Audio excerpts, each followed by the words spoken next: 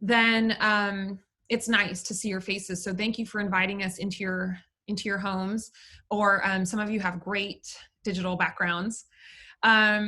So let me just give you a rundown of what this is all about, and then I'm going to turn it over to Carey. And my name is Allison Cibula, and I'm the community facilitator at ACEs Connection for the Northeast and Mid-Atlantic regions. And so ACEs Connection, let's see, let's do a couple chat things. Oh yeah, totally fine if your camera doesn't work, but I'm just inviting you all to turn it on, and then we can see your beautiful faces, and we love seeing all of you. So go ahead and click the chat button on the bottom of the screen and type into the chat where you are joining us from today. Allison, may I ask you a question? Mm-hmm. There are like a couple hundred people or something like that signed up for this, right? So if people don't want to put their video on, does it make sense to open it up for somebody who does want to be on? I mean, if somebody only wants to listen, that they... Oh, people can just listen if they want to. Yeah, it's totally fine if people just listen. But then can other people who'd like to be in the group on video come into those spots? People can join no matter what they have, video or audio. So yeah, I think it's not an issue. I'm not sure the issue that you're making it, but there's room for everybody. No, not that there's not room for people, but if I'm looking at people, mm-hmm. and if somebody doesn't want to be on with their face, why not give that black box to somebody who does want to be on with their face? And then we've got all the people who want to be looking at each other. No black boxes. I do think it's self-selecting. So I do think like people who have their video on, we get to look at everyone who has that. And then there's a whole bunch of people with their video off, and they're also here listening in, and there's room for everyone. So I don't think we're going to be able to see eye to eye on your thing right now. So I'm just going to move on. Awesome. We have people here from Virginia, California, New York, Illinois, Michigan, Wisconsin, Pennsylvania. Oh my gosh, all over. Thank you all so much for being here. Let me tell you a little bit about our work at ACEs Connection. If you want to also put in the chat whether this is your first time joining A Better Normal, your second time, your third time, your 10th time, we would love to know. Oh, we have someone from Canada, so that makes us international today. First time. Awesome. Well, welcome everyone. So A Better Normal series, we started doing during the pandemic, and it's just because, we've all had somewhat increased levels of stress with the times of uncertainty, and our founder, Jane, wanted to offer some way for us to feel connected and in community. And so thank you for helping us create this community by being here today. And at ACEs Connection, we are an organization that publishes different articles about the science of adverse childhood experiences. We also help communities become trauma informed. And so I will put some links in the chat here in a bit so that you can find a community in your area that you might want to join, or an interest-based community. And so that we can continue these conversations or different conversations after this is over. So this will be an interactive hour. So if you have questions and comments, you can go ahead and just put them in the chat at any time. And then when we open it up to comments and questions, I will unmute you, and then we will invite you to share your comment or question with the group. So without further ado, I'm going to turn it over to Carey. I'm not so sure that your audio is working, Carey.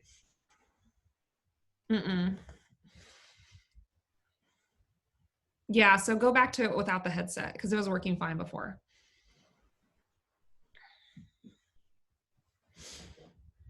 No, we still can't hear you. If you want to leave and come back, that's fine. Cool. So, Tian, do you have a question that you want to ask everyone to answer in the chat? Why don't you let me know what you'd most like to get out of today? Throw it into a chat and we'll get right to it. That's a great one.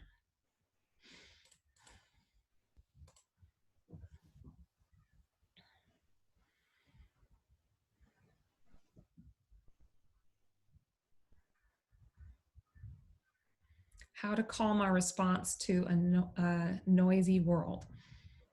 How to calm our response to a noisy world. Just keep them coming.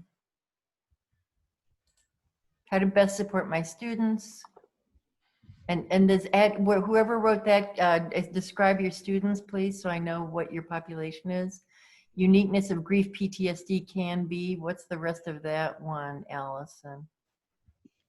Or here, I'll open my chat thing. Yeah. Can you hear me now, Allison? Okay. Yeah. So Tian just I asked. can see all these chat. This is great. I've got them all right in front of me. This is wow. great. Wonderful questions. Elementary age students. Okay. That's the elementary age students. Wow, that's a really rural, mainly white population. That's a big question. How to support K through 6 with grief, tips on coping. I do work with strengthening families, and we teach about ACEs. Oh, we just went away. Through our strong training manual, always looking for new info. How to assist parents whose children have disabilities as they navigate the return. Because they've got such a hard go. How to deal How with to help someone who has fallen into a depression during the pandemic. That's a common one. How to support traumatized incarcerated population during what is happening outside the prison, who have incarcerated relatives. I mean, I'm wondering if that question is. I'm interested in learning how to train staff to show empathy to kids in summer care and understand children experiencing trauma, how to help those with autism, loneliness. Okay. Medicare, how to combine. Okay, Carey, here, you're back. I'll let you take this over. No, this is just great. I love that supporting a spouse with PTSD. That we could do a whole. There's one right here, Carey, that I really want to, how to bear the pressure clients are putting on me as a therapist. There seems to be a desperation that I'm feeling from clients is so much to bear. Yeah, I think. Let's do this. Let's do a quick little introduction. Okay.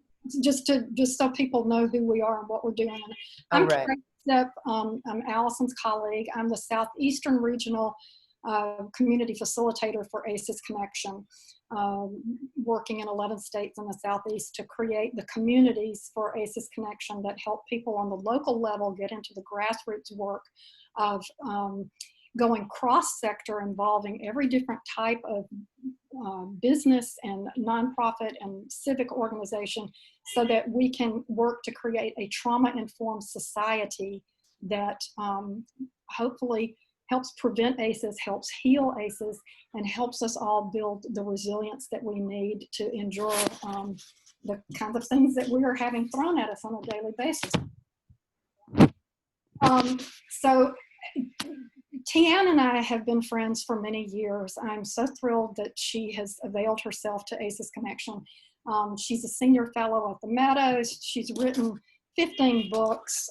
When I moved from Georgia to North Carolina and was packing books, I had a carload full of stuff, and these 2 books made it in. So that tells you how vitally important having her words and comfort near me are. She has a master's degree in educational psychology.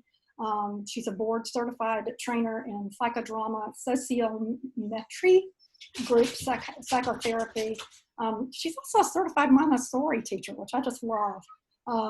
And she's received a lot of awards, but I'm just gonna not worry about that stuff, because I think there's so many great questions that I know she's eager to get into those. So Tian, I will ask that one big question that we were talking about, or I'll save that one about the 12-step community. But let's just dive into what people want to know. I had a bunch of questions, but these are better than mine. Rock and roll, sister. Okay, so I want to introduce myself for a second. I'm a clinical psychologist. I have a PhD in clinical psychology, and I'm also a psychodramatist. So that is that's how I heal. And I think there's a lot of advice on trauma and understanding of trauma, but I hear less about how we heal trauma. And psychodrama, or those of you who do experiential work, is, I think, the way to go. it's a body-centric problem. Trauma lives in the body. We need something that involves the body in order to heal it. And psychodrama is very easy and direct. You can talk to parts of yourself. You can talk to other people. And it's suddenly the as if falls away and becomes the as, and it's a real redo in your psyche. So you can internalize a psychic pattern in a somewhat reformed state after doing a psychodrama that unearths some of the programming that's inside of you. How this one question on how do we deal with this pressure? Thank you for putting all these in, everybody. I have to find your questions again. There we go. The pressure, who wrote, which one of you wrote that one? Is it somebody in the room right now that is on therapists? And not just on therapists, that's on, frankly, everybody. There's pressure on everybody, whatever your walk of life is, whatever you're doing.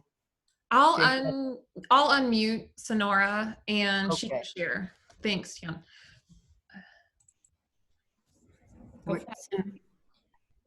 Yeah. Yes, yeah, I wrote the question. I feel this week, in the beginning, I was really feeling like people were doing quite well, being very creative in the way they were managing things. But as time wears on and less is predictable, yeah, I've just been feeling enormous amounts of pressure and people just like desperately asking, you know, what should I do about, you know, should I break up with this person or should I leave my husband? Or it's just like perfect question. Enormous amount of pressure, even more than, I mean, therapists are often put under a lot of pressure, but there just seems to be kind of a desperation. And I don't know if it's because I'm worn thin too. Yeah. So Sonora, when you say at the beginning of the week, did you mean at the beginning of March? People were handling this creatively and now they're wearing thin? Or are you referring to this week? No, I meant at the beginning of the pandemic. Yeah, I felt like people were really sort of like taking it on and we can do this kind of a thing. And I was in awe of how people were responding because I was in shock. Well, so there are many layers to that. Number one is we're going through the same thing our clients are. Right. So self-care is tough. It's hard. And it's also hard. I think it's a little bit hard for us as therapists to, know the pain we're in. You know, we're so busy helping everybody else with theirs that it's hard to calibrate how much we're being affected by our own. One of the things that's happening in COVID, for those of us who are from alcoholic homes, who have had ACEs in our lives and so forth, if you grew up with childhood trauma, how many hands who grew up with some form of childhood trauma? Mm-hmm. Hands. How many grew up with absolutely no childhood trauma? How many grew up with something in the middle? Okay. The confinement of COVID, the uncertainty, the messaging, I mean, we have warring parents like crazy right now. You know, Fauci says one thing, Trump says this, one governor, one state. So we are getting all of this conflicting information. We're getting, the parents aren't getting along. We're constricted in our movements. So we can't access our normal ways of managing anxiety, whether it's pop over to the store or pop over to the store. You know, you can't, I mean, it's not fun to shop with a mask. And it's not a good idea to shop at all right now. It's not, and that is like, what is it, 2/3 of the American economy? So that means there's a lot of curtailed activity. What are some of the other the uncertainty? All of these replicate what it's like to grow up in a home where there's abuse or neglect or trauma. So the kind of stuff that's getting triggered is from long ago, can be from long ago, and it's dysregulated, right? We're getting increasingly dysregulated. I think we kind of saw an end in sight, and the information we were getting was that there might be an end in sight, and that is misinformation. The virus is not watching TV. The virus is not Republican or Democrat, you know. the virus is the virus. So that too replicates a kind of growing up with, that's hard for anybody who has had no trauma, but it's especially hard for people who've had previous trauma, because we were told something and but the reality is something quite different. We really have to be scared. Carey, you wanted to jump in there? Well, before we get too far, I want to just let the group know a couple of things that we're going to do an Ask the Community on ACEs Connection. If y'all are familiar with the Ask the Community questions, so that if y'all want to get together and support each other, the book that Tian has written, that was the basis for this interview, will take you through, can y'all see that? Will take you through transforming trauma into growth to maintain emotional sobriety during COVID-19. And I've been spending some time with the book in the last couple of days, and it is truly transformative and wonderful. So just ponder that as we go through this. And also, I don't want to forget the idea about how 12-step work is such a lead-in to all of this as well, where we are taught so well to admit powerlessness and to take care of ourselves as we're taking care of others. So then midway through, I'll make another announcement about some books, a giveaway for some of this wonderful book that Tian's done. So thanks, Tian. Yeah, thanks. You're all getting free. I mean, the first 50 people will get free books. And if you want to have your own peer support groups and just go through this together with 5 other people, just create a group. I think it's worth doing. And I don't think you need, you're all healthcare workers, or most of you, and perfectly capable of doing that. So back to the helplessness, uncertainty, loss of normal, loss of touch, all of these things start to press on hidden wounds of childhood. And the reason I think this is an opportunity for growth and a unique one is because there's so much unconsciousness around trauma. The whole nature of trauma is that we press it down, that we don't experience it, that we go silent, that we hide it, that we avoid it, that we dissociate from it, that we repress it.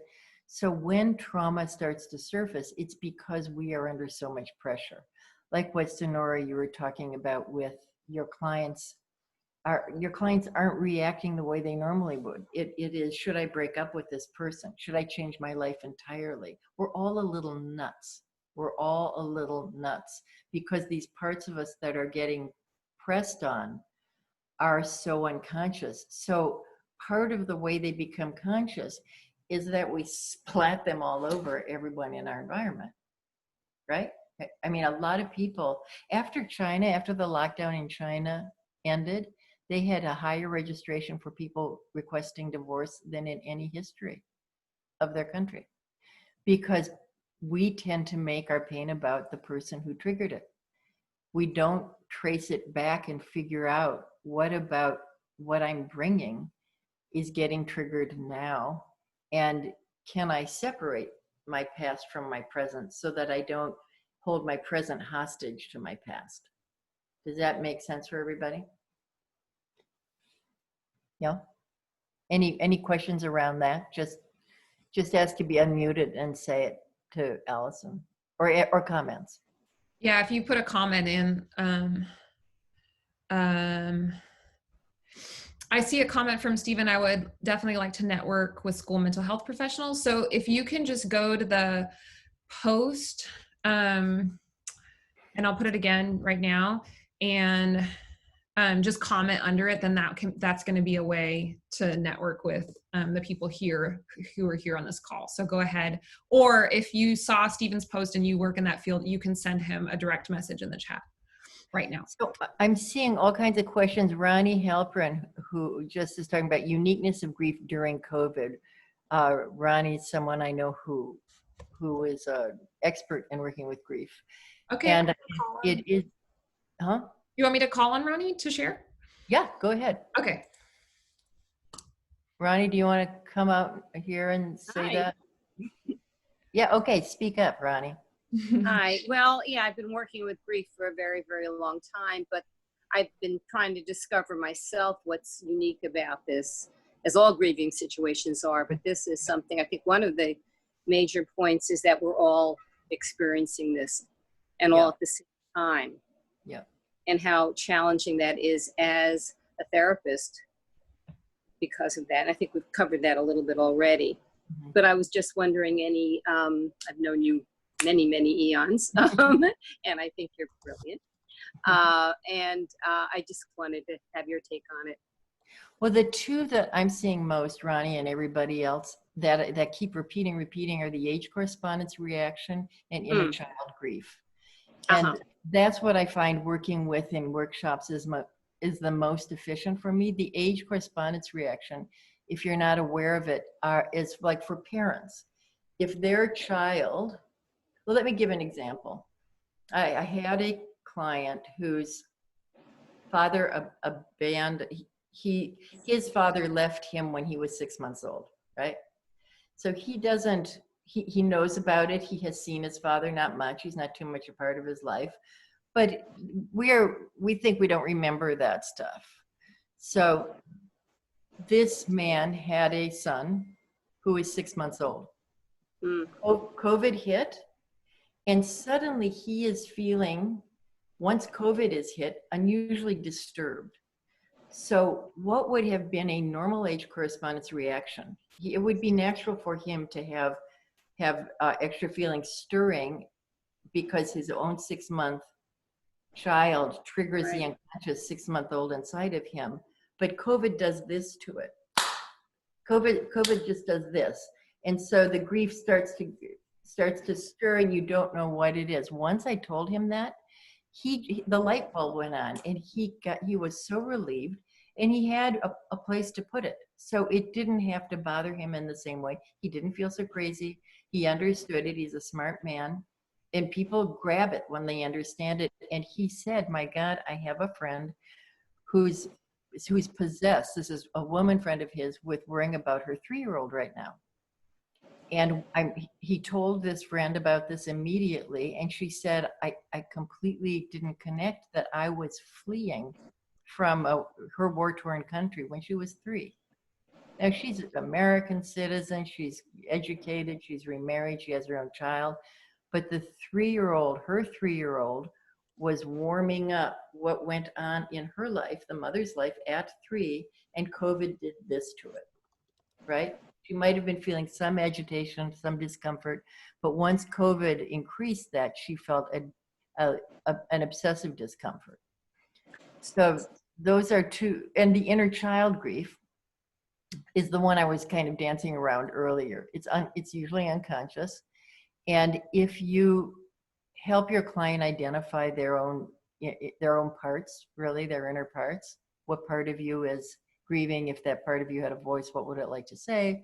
If that, there are exercises in the book to get closer to that. Where in your body are you feeling it? Tell me a little bit more. Do the trauma, I think I've got a trauma timeline in the workbook. Do it. The trauma timeline is a remarkable little tool. Try it, because stuff comes out. I've had people do it. I've had in group for years, and they tell me things that they've never told me because they filled it in on a timeline. Trauma also falls out of context in our heads. But if you start to look at the age, you think, oh, I'm supposed to write something down there. Well, this did happen. This did happen. And pretty soon you're in touch with parts of your life you've forgotten about. And these kinds of things are big help in COVID. If you're online with your clients, I'm finding letter writing to, a big help. And if you have large groups, break up into meeting groups and ask people to read it to each other. If they're a smaller group, write a letter to a part of yourself that you feel is grieving. Write a letter to your part of yourself. If you do a trauma timeline and there's a part of that person that's in pain who do you want to talk to from that age, right? Well, the 3-year-old in me wants to talk to my mother, or I want to, as an adult, talk to my 3-year-old. These parts of ourselves that we push out of consciousness because they hurt, warm up in this COVID environment and start feeling things again. And if we don't watch it, the stuff they're feeling gets made about the people they're in confinement with. And then, to Sonora's point, should I divorce? Should I leave? Because that's what we do with trauma. We want a culprit. We want a place to throw it. So there's a few of them on PTSD. How do you work with PTSD? That's actually why I did this workbook. Pre-trauma and PTSD symptoms are much alike. Do you want to throw that one up, Carey, that the pre-trauma symptom chart a minute? Mm-hmm. And Carey's going to put this chart that's in the workbook up. If you would like to, just look at it for a moment and see if there's any symptom in that you're identifying, experiencing during COVID, and then we'll talk a bit about it. Or if you don't have it handy, Carey, I can read them off or something. I'm getting there. Okay. I can go on and start, and I'm scrolling through. I'll find it in just a minute. It's the one that starts with fears of safety on top. Fears of, Okay. fears around safety, grief, sadness, despair, collapse, Okay. helplessness. Okay, I've got the anxiety for. Let me just keep looking. Okay, I'll say them. Mood shifts. I've got it. Okay, look at this chart and see if any jump out at you.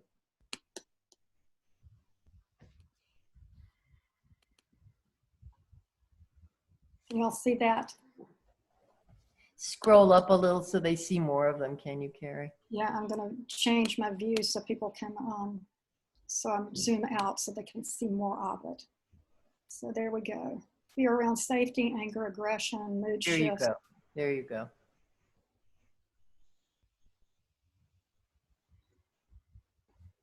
Sleep troubles and nightmares. Gosh, yes. Just take another minute and look, see if you see yourself in any of those, and then we'll come back.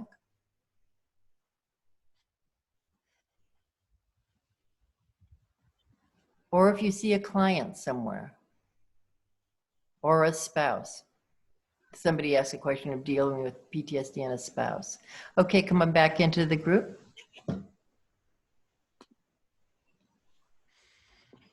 Would anyone like to share about what one they picked and why they chose it, how it's manifesting for them? If you type your comment in or if you raise your hand. Yeah, go like that if you want to unmute and share. I'm kind of scrolling through to see if anyone, oh, okay, Karen, I'm gonna unmute you. Karen Moffitt, if you want to share. Let's see, I can see that your mute is off, but I can't hear you. That's too bad. Sorry, Karen, thanks for trying. She was saying that her partner is exhibiting so many of those symptoms, of these same symptoms that are on this chart. The fears around safety, anger, aggression, doubt, collapse, numbness. But I'm wondering if we can get Karen up to share it so we can make it go live, Carey. Let's get there. Oh yeah, so Karen's audio wasn't working, so I'm gonna call on Monica. Okay.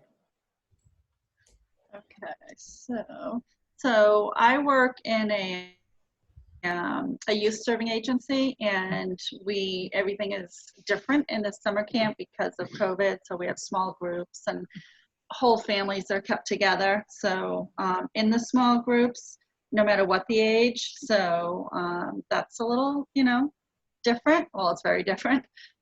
Because typically they would be with their own age group. So they're, struggling at home, and then they're coming into our agency and they're starting to exhibit some behaviors. And my my challenge is to help staff understand, the trauma experience, and we're working hard in our community to become a trauma-informed community and trauma-aware. And, just listening to this, it's making me realize that staff is experiencing their own trauma, whether they, display it or not.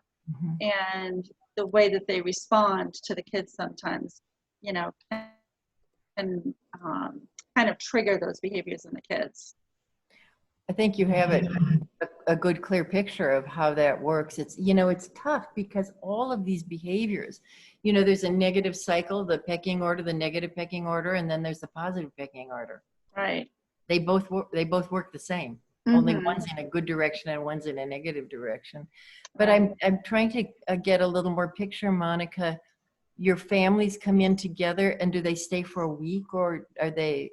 It's a day camp. It's a day camp. How many hours is everybody there?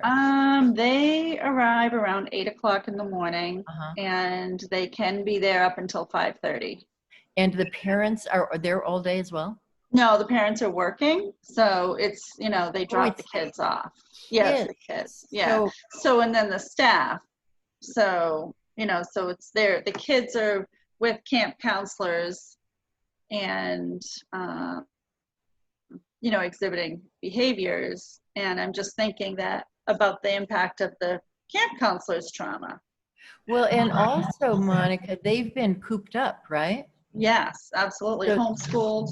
Yes. So you're getting all that. Some of what you're getting is just the spillover, the stuff that they weren't able to express at home or got shut down at home.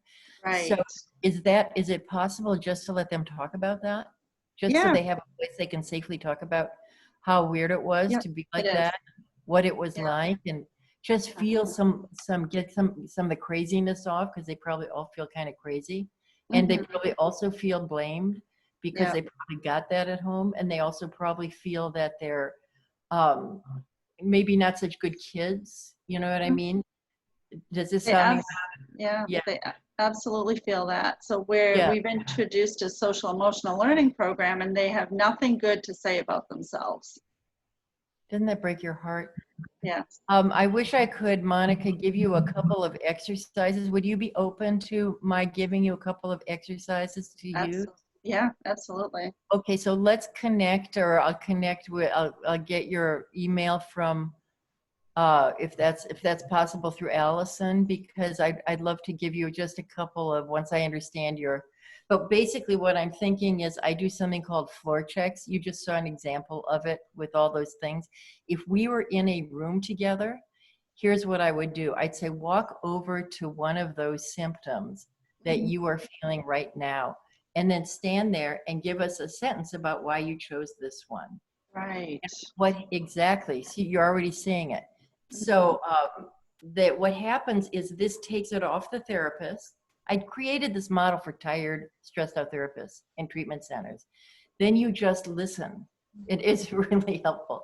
And then and by the way, you're either in a group of 7 or so, and you talk so everybody can hear, or you're in a group with 30 and you just say, talk to the people next to you.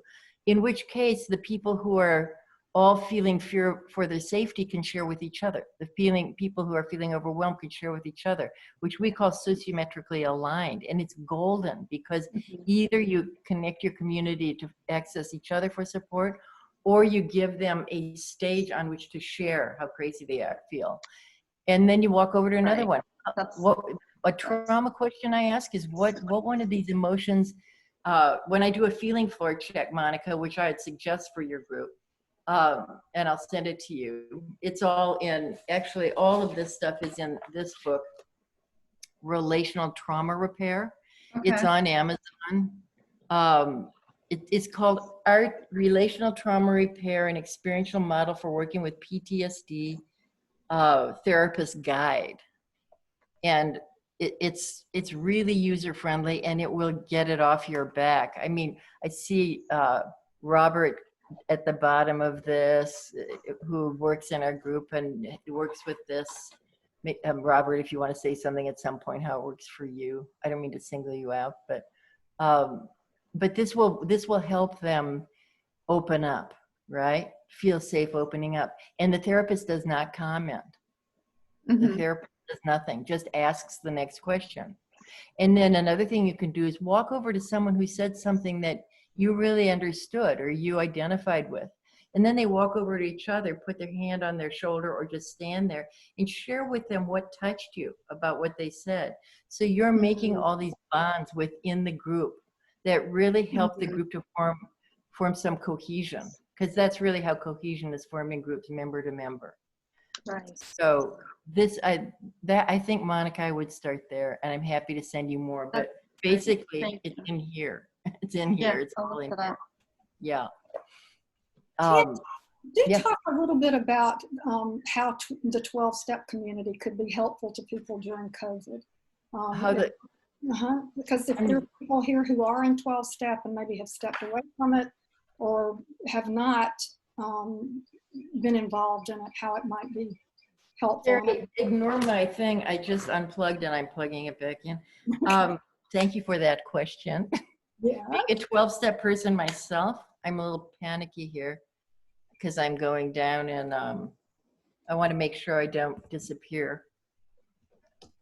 That would really be that might be kind of activating, Tian. I know. That's why I don't want to do it. If you give me just 2 secs, I'm gonna make sure that I don't disappear on all of you fine people. I'll share. I got it. You got it? Oh, because yesterday, before the Cracked Up webinar, which, was going live to potentially like 2,000 people, I heard that it's important to restart your computer just to make sure that the recording is really high quality. So I was like, great, let me just restart my computer. And then my laptop was like, we're going to install an update for 40 minutes. That's happened to me before. The levels of panic. Horrible. I know. I mean, I can't. I have to tell you, being on the road, just everything has happened to me, and in our last webinar here. Yeah, that's true. Well, oh my gosh. Yeah, we got hacked like big time here last month or 2 months ago. Yeah. When I started COVID, when we all started, but March for me, the first thing I went to was 12-step. The first words in my brain were easy does it. How important will this be in 5 years? Take a day at a time, surrender, switch, this is unmanageable. Turn it over. All of the stuff we learn in 12-step community is so far, as a psychologist myself, and all the training I've had to be a psychologist, I have not done better than what I've learned in 12-step for managing COVID-19. It's the best resource ever. And if you have ever thought of joining a 12, you don't have to even join, just log on. Al-Anon is where I go because I'm an adult child of an alcoholic, and I've gone for years. It's a part of my life. I don't know what I would do without recovery from being a child of an alcoholic. I think I would have, my life would look very different. It would look very different because of the trauma of growing up with alcoholism, divorce, sexual abuse. My family was just there was a lot there, and I'm probably not naming everything, but it was traumatic, and I had to find my way out of it. But you find your way out a day at a time.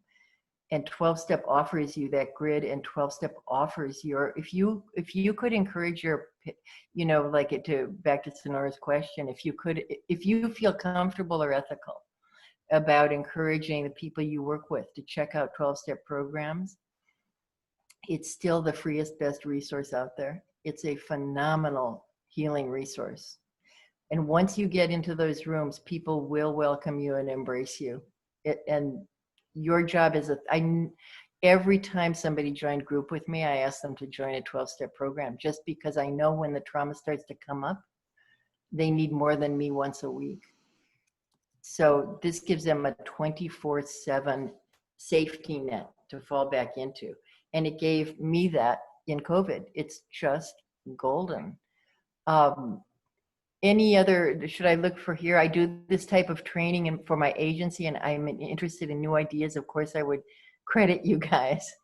Okay, Leanne, can you, if you want to make your training experiential, Leanne, please use this and convert. Another way you can do this, back also to Monica's question, if you work with populations, and this is in that book, use a spectrogram. It's hard to talk about these things. You can do this also, Sonora, on Zoom. Do you want me to show you how to do a spectrogram on Zoom? I'll just check in with you all. And you know that sheet that I showed you? So find the one that you identify with. If I did that to try to get you more engaged, I would say this part of the screen represents 100, this 0, this 50. How much are you fearing for your safety during COVID? 100%, 0%, 50%. Just please do that right now. And put your hand in. If you could all just jump in, if you're okay with it, it would help a lot because you can. So do you see how much information you have right now about where people are? And then you can just open the screen and say, throw a sentence about where you are and why you're doing that. Can I ask Robert for you to demo that because you know how to do it? Is that okay? Yeah. Okay, unmute Robert. Got it? Okay. Yeah.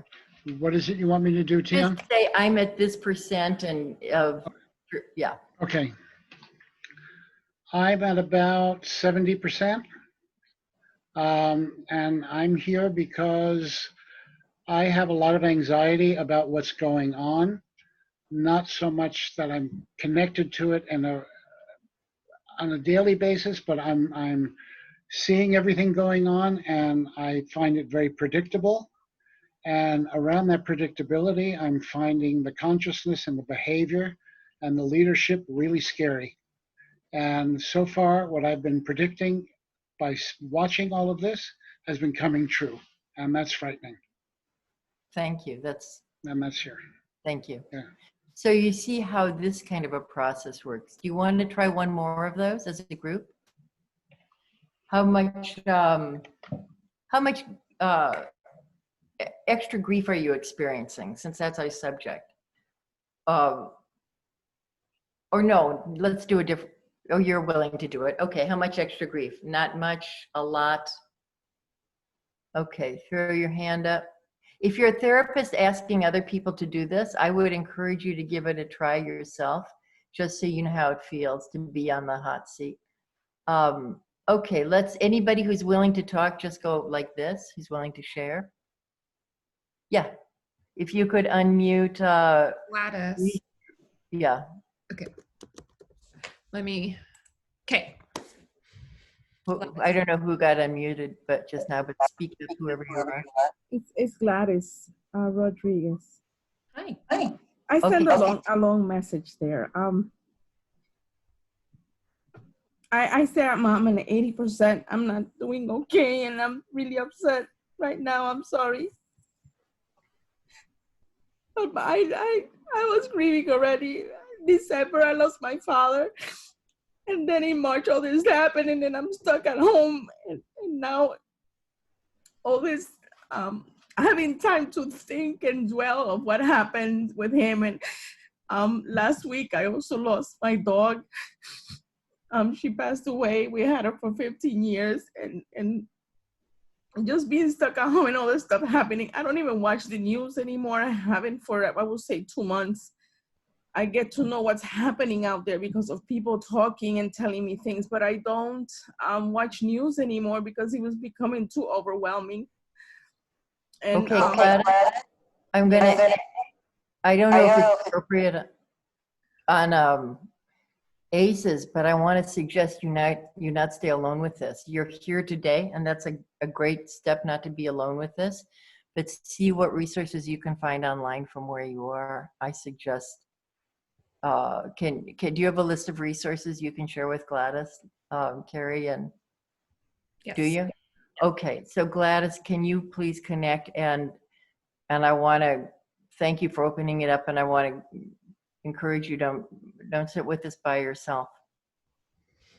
You opened it up here, but go get more support around this, because the level you're experiencing, you want to get some help, okay? It's okay, Gladys? I muted her just because there was the echo feedback. Okay, okay.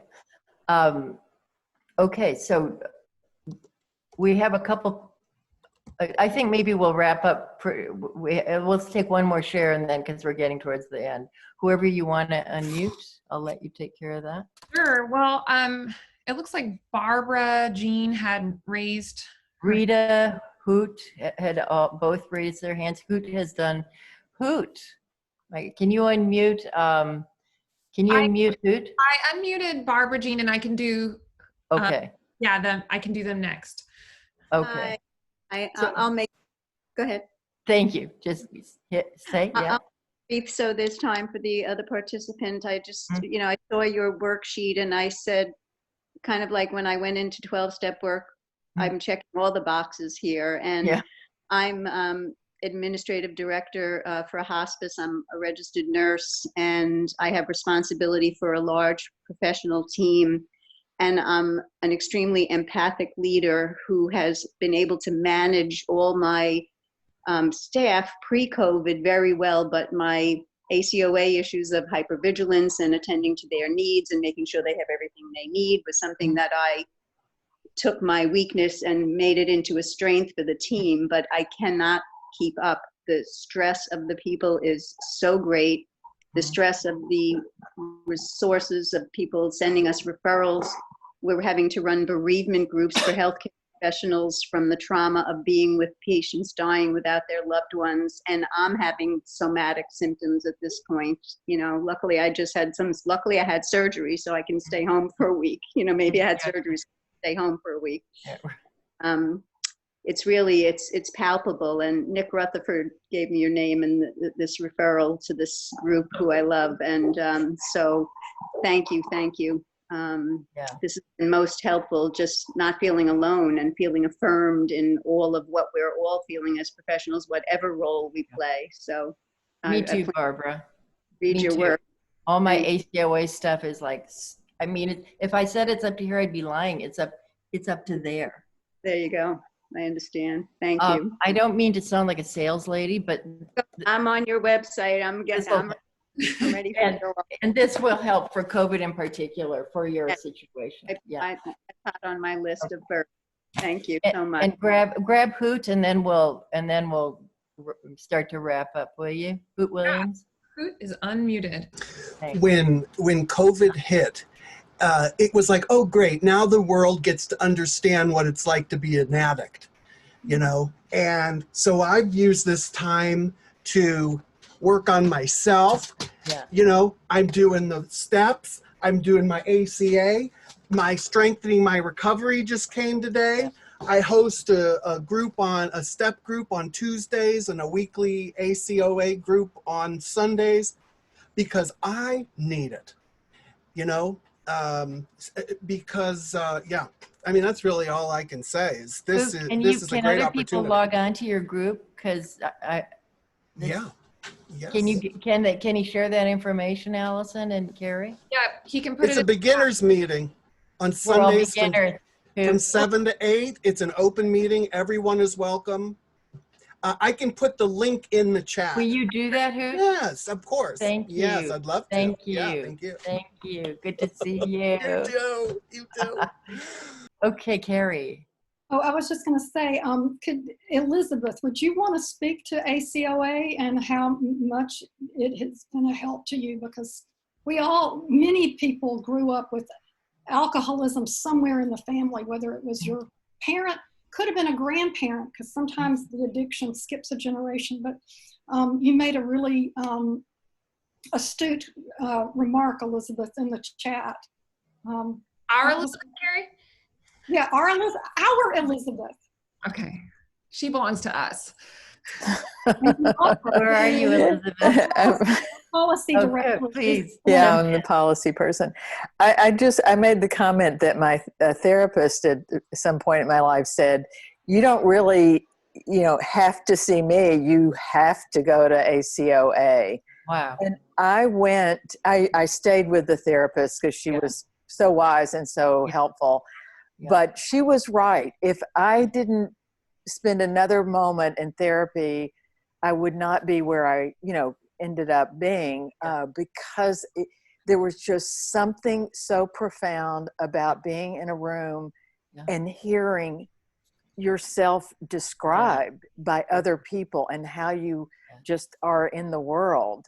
And I grew up in a family where the alcoholism was not acknowledged in any way. And the first therapist that I saw, and it was on the way to divorce, she identified for me that my mother was an alcoholic. It was so well managed by my physician father that, and also I'm of the age where alcoholism was really, people thought of it as somebody that, bottles were falling out of the closet and you were in the gutter and, all that. And my mother was not like that. But boy, was she ever in every single way an alcoholic. And all of my siblings are in ACOA and AA, and it's changed not just my life, but it's changed all of my siblings' lives. I'm jealous. And boy, are we bonded? We are so tight as kids, even though, the parenting we got was pretty weak. Elizabeth, I just to represent the less evolved side. I've never been successful in getting my siblings into ACOA particularly. And it's my subject. I mean, Carey has a book, if you wouldn't mind holding that up at some point, the ACOA trauma syndrome. I know what happened to me and I know what happened to us, but I can, obviously relate to my siblings, but we can't do what you're talking about doing because we're not able to climb on board together and have that same language. It's so threatening, right? Yeah. My brother isn't on board, but the four sisters are. But I think it's the sort of the masculine, we had so much good stuff, and not willing to sort of look at it. But, I'm so grateful that my sisters can talk about it. Part of why we talk about it is we did the ACE study, the ACE questionnaire together, and that really did help too. That's cool. The trauma that I wanted to comment on with we had so much good stuff. Trauma drops you full into black and white thinking, right? When I see black and white thinking, I look for trauma. It's 0 or it's 10 with nothing in between. That's why I write about emotional sobriety. I talk about it as learning to live. If you're not emotionally sober, you tend to go from 0 to 10 and 10 to 0. Not sure why we've lost all you. We've lost Allison. We're losing people. Carey's, we don't need this. We need each other. Thanks. I was going to show the roller coaster from the book. Sorry. That's okay. But 0 to 10 and 10 to 0 with no word. Elizabeth, I lost you. But anyway, with no speed bumps in between. The trauma dance is the dance of extremes. It's living on the emotional extremes, and it's very hard to hold the ambivalence. And we got a lot of good stuff, but I also want to look at what was not good. And it becomes threatening if you've been traumatized. You're numb or you're intense. So it's emotional regulation is a skill that many people who've been traumatized don't have. And to also Monica's question, that's what that feeling floor check and the floor checks and all the exercises, the spectrogram too, are all about teaching nuanced emotion, the subtlety of emotion, so that people can get the idea that anyway, let's come back to the group if we could. I think it's more things. So anyway, the emotions that are 4, 5, and 6, we want to teach people to to regulate their own emotions. And things like feeling floor checks are very helpful with that. We're almost at time, so you're probably going to want to wrap up, Carey. Is that what that is? Yeah, well, I was just wanting to share that, the graphic, because it's such an eloquent Thank you. graphic that shows how we, in trauma, just go from that black to I white. see what you're saying. And how, when we're regulated, how we can, being regulated is contagious, just like being dysregulated is contagious. But just a show of hands, how many people would love to see an example of what one of Tian's sessions on a psychodrama would look like? I get that there are a lot of therapists here. So that's really good to know, that maybe what we'll do, since we have so many people in this group who would like to do that, is do another Better Normal and share what a psychodrama would look like, Tian, because you had said. I also have, Carey, a ton of psychodramas on my website. If you go to tiandayton.com, I have loads of psychodramas there that will, that you can look at, and you'll see what psychodrama looks like. Right. Well, Tian, I just thank you so much. On a Friday afternoon that we had about 140 people on here is a wonderful thing. I encourage people to look at the resources that Tian has. Allison has posted the opportunity to sign up to be one of the 50 people on this webinar who gets one of the free workbooks, Emotional Sobriety During COVID-19. How can we stay emotionally sober, regulated during COVID-19, and help the people that we love do that as well? Again, go to Tian's website. There's so many wonderful tools and tips and drawings and resources on her website. I just can't say enough about that. And thank you. Join my mailing list. If you want to hear about stuff I do, please sign up for my mailing list. And you also have at the bottom. There's a Facebook page, and Tian writes for the Huffington Post and for, what's the other? Thrive Global and the Meadows and stuff like that. If you Google Tian, she's all over the place. There are really 3 Tians, not really, but. At any rate, we're just very grateful that she's spending the time with us. We are tribe here, and so check with ACEs Connection for the next Better Normals. It's always posted on Mondays on the homepage. And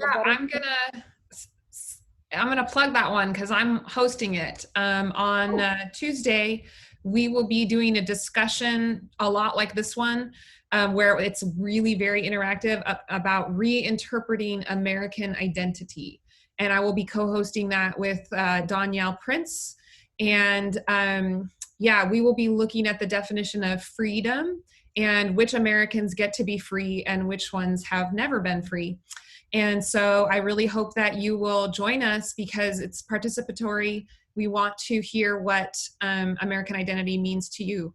So please join us on Tuesday, and the link will be up by the end of the day to sign up for that one. And you put the link in for this one. This one will be up by the end of the day as well. Yeah, on YouTube. I can put that link in again, 1 second.